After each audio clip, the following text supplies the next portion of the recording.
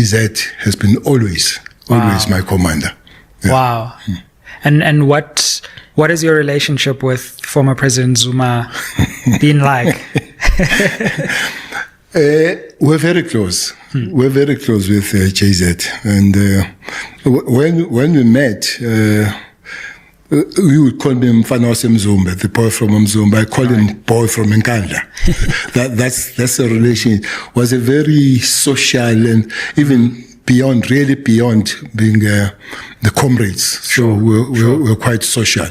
We talk with the other staff and all that kind of stuff. Yeah. So I must say, when these things happened, I was hit hard. The MK, the formation of MK Party. Yeah. I'm sure because you had quite a deep relationship. Yeah. When there was trouble, Caesar, when Zondo said must go to prison, I said to President Ramaphosa, yes, and Deputy Secretary JC, can I go and speak to him? Because you're minister at this time, right? Is that yes. Is that right? So you were Minister of Police when he was incarcerated. Yeah, and then it was coming. It was coming with the trouble. We could see that if it goes into the incarceration, it was going to be a problem. So I requested to the president granted me permission to go and speak to him. What was that? What was that like? That conversation? I spent 3.5 hours. 3.5 hours at his home at Nkandla, talking, saying, look, why don't you go to Zondo? And even if you say, and don't talk, because Zondo was not saying come and say what, was saying appear before. Sure. And I could see that something was brewing if it doesn't really go to see Zondo. You could see that trouble was coming. Yeah. So you were able to get intelligence at the time that it could be a problem if he was. That's the problem coming. So one was trying to stop that. We spent 3.5 hours. Wow. There was a big halapalu to say it is in Nkandla to drink tea. I remember that. There was that. So JZ is the only person that was given a very special dispensation in the ANC. He was a national chair of the ANC and the chair of the province of KZN. Because some of us, Sbu Ndebele, Zweli Mkhize, Willis Mchunu, Tumsan Makai and all that, we made a special request from the national to come and work on the violence in KZN. Sure. Remember, even after elections, violence in KZN continued. Sure. You would have heard about the place called Shoba Shobane when 19 people were killed on the 25th December 1995. Absolutely. Yeah. And with the formation of MK Party and the election results, I suppose it's an interesting moment in the history of KZN, given that prior to that moment, all of you would have been part of the ANC's ability to take over that province, whereas now it seems as if that historical era has in some ways come to an end. You know what I'm going to say now? I know I'm inviting trouble, but I've said it in many platforms and not saying it again, but this tribal issue is very strong with the Zulus. So I'm fine because I'm from there, maybe said by somebody else. You know, there was this element of three-legged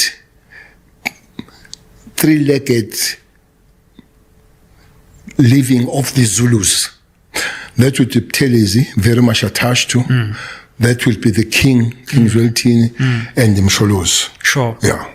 Now, these two disappeared. And there is one strong face of these Zulus now. And the voting of the ANC getting this wasn't him alone, but that played a significant role. Sure. It also, as he left, it played a significant role, that issue. But the question is, how did we feel, some of us that were working together with him? It's painful, still very much painful. And one hopes that one day there will be some Damascus kind of thing to those that who have left and see the way back home. And another pain is that we are members of Umkhonto weSizwe.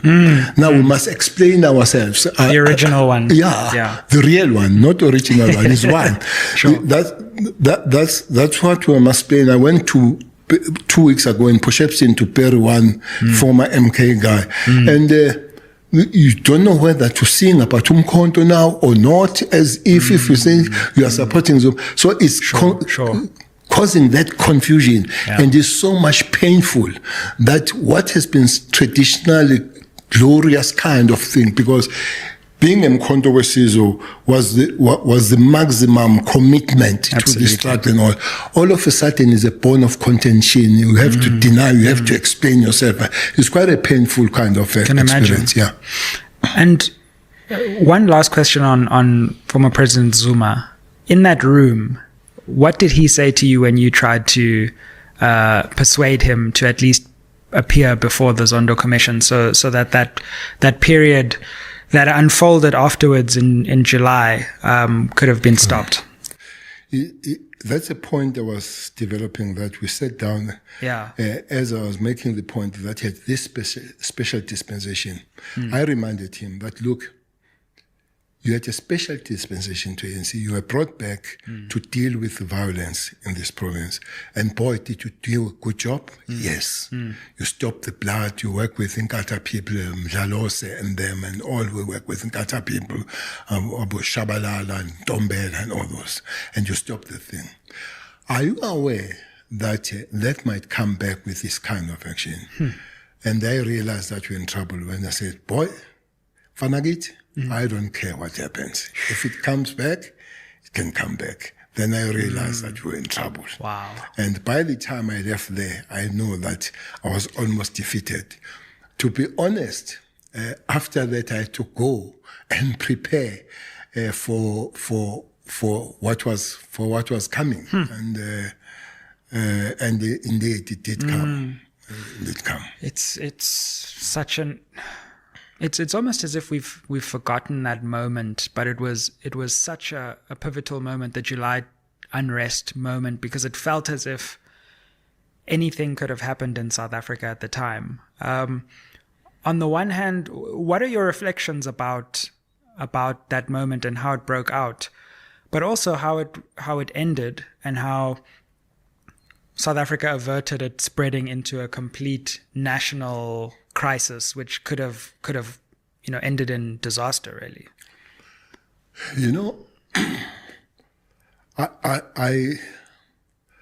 I hated police, Sizwe. You remember, I've been the victim of police in South Africa, special branch and all that, as an activist and as a member of underground Umkhonto.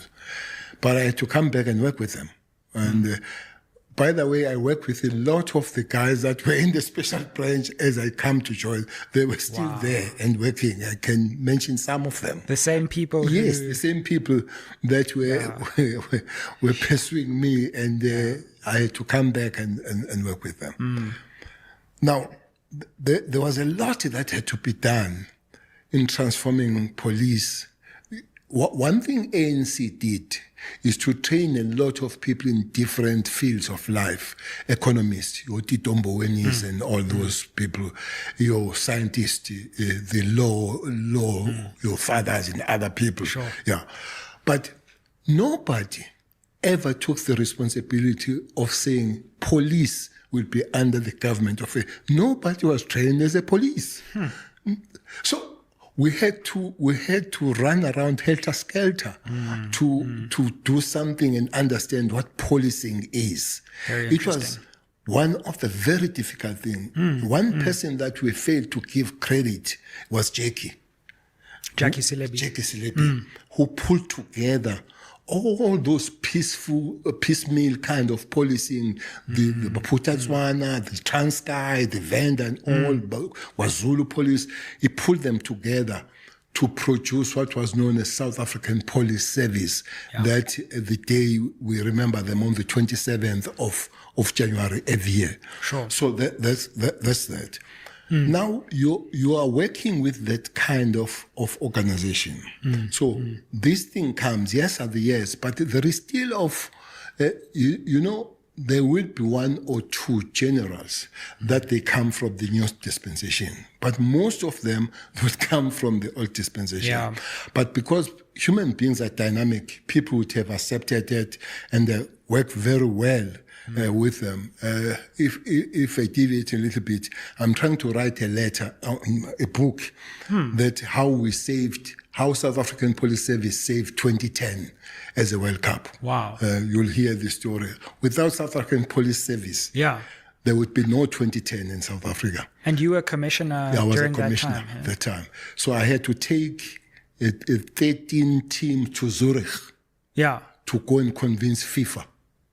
Not only FIFA, and all participating countries who were saying we can't go to South Africa. Show us why should we go to South Africa. We spent the whole day convincing them that it's good to come to South Africa.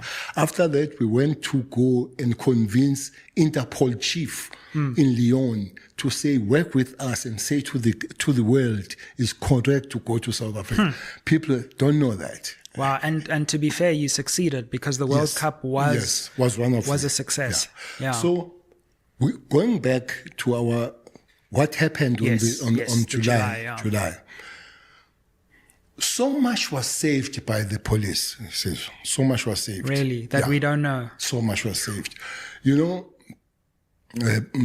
This boy in Tlanta, Mkhwanazi. Yeah, General Mkhwanazi. Was in KZN by then. Of course, and here was Mtombeni. Mtombeni has just come in Gauteng after Mawela and all that, Masimula and all. It started on the day when, unfortunately, I didn't have as a minister now, a very good relationship with my commissioner. I see. For whatever reason, Ketla stole. Right, so he was commissioner at that time. Yes. Okay, yeah. So when Msholozi was supposed to go and hand over himself, was a day that we moved all operations to KZN, Masimula, Mkhwanazi, most of big contingent. I see. That was the time, as I came back, I caught COVID. Okay, right. Wow. There was a lot going on in those days. Yeah. I caught COVID. So I had to be grounded. As this thing starts, Alex Benning, I was grounded. So I broke that because I was supposed to stay about 7 days. But that day, I said, no, COVID or no COVID. There was no lockdown. One had to run out. Right. But we sat there, we planned. There were negotiations going on all the day. I remember that. It lasted hours and hours. And the feedback was saying, Msholozi will be handing himself over at 2, 3, 4, 5, 6, 7. Wow. And Zondo has said, if Zuma doesn't come in, Minister of Justice and Minister of Police are going in prison. Yes, that's so. It is judgment. So I was not going to go to prison. Oh, of course, because you would have been in contempt. Yes. Sure. Yeah. Wow. The judge has said so. And you had to do it by midnight that night? By midnight. So there is this general that we have sent negotiating and everybody. We sent one closest cousin of Jay-Z's to go and speak to him. The guy came back at about 6. He said, no, at 6 he's leaving. 7. I phoned this guy. Guy who said this guy is going. He said, no, he told me by the time I left, he was packing and going and all that. Yeah. There was a unit, Silva, that was standby, that at 11:30, that unit had to move and fetch him. Actually go in. Yeah. That was going to be the most painful moment to do it that way rather than him. Imagine. They're going. So the Ndandla, at about 9, we began to say, can you get ready? Can you get ready? And all that. Fortunately, at about between 9, 10, 11, we were told that he's in the cars, coming they're out. driving, could see them hung. Said, God is great. Absolutely. And I think the country was saved that I don't that pray every day. night. But yeah. Wow, that's so interesting Yeah. because I don't think as a country we've ever Yeah. been taken behind the scenes of that moment and how much was at stake that night. So it was a combination of him cooperating, but the combination of us, this general, the female general, who was feeding us all the time, who was in the house, Yeah. as we speak. So that unit of the police were supposed to go back to their places. They couldn't. They had to stay because the day after, the trouble started at Mbangeni. This trouble started in Mbangeni of burning things and all that. And it's just, then I had to go to be grounded for COVID. Yeah. Yeah. And Sure. everybody was, where are the police? Where is the minister and all that? So I had to break and go to Alex. Alex, police worked so hard to protect what was the Reset Mall, that is Something Africa, as you enter Alex and all. So that was supposed to be the first victim after all the shops were banned inside the township. I see. Yeah, and all that. In Durban, the one survivor was, there is a mall near Chesterville, Pavilion. Yes. Pavilion. Yeah. That mall, Mkhwanazi had to break the rules of sending special task force. You don't send special task force against the marching masses. Special task force is the last line when chips are down. You don't send those people. But we had to send them because it borders with the township. And Chesterville people were really surrounding it, and we were told the management, everybody was crying and all that. And so we had to do that, was protected. And the other one, in my respect, unfortunately, and what is still painful, people that were doing business in the township could not be protected. And the allegation was that we protected the big businesses.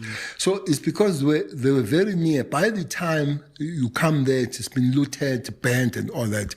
So that was one of the biggest pain about what happened. That is the very same African people that suffered there, those business people. Not only that, after that, they didn't know what to eat. They lost jobs, they lost their food and everything, and you could not get to the township.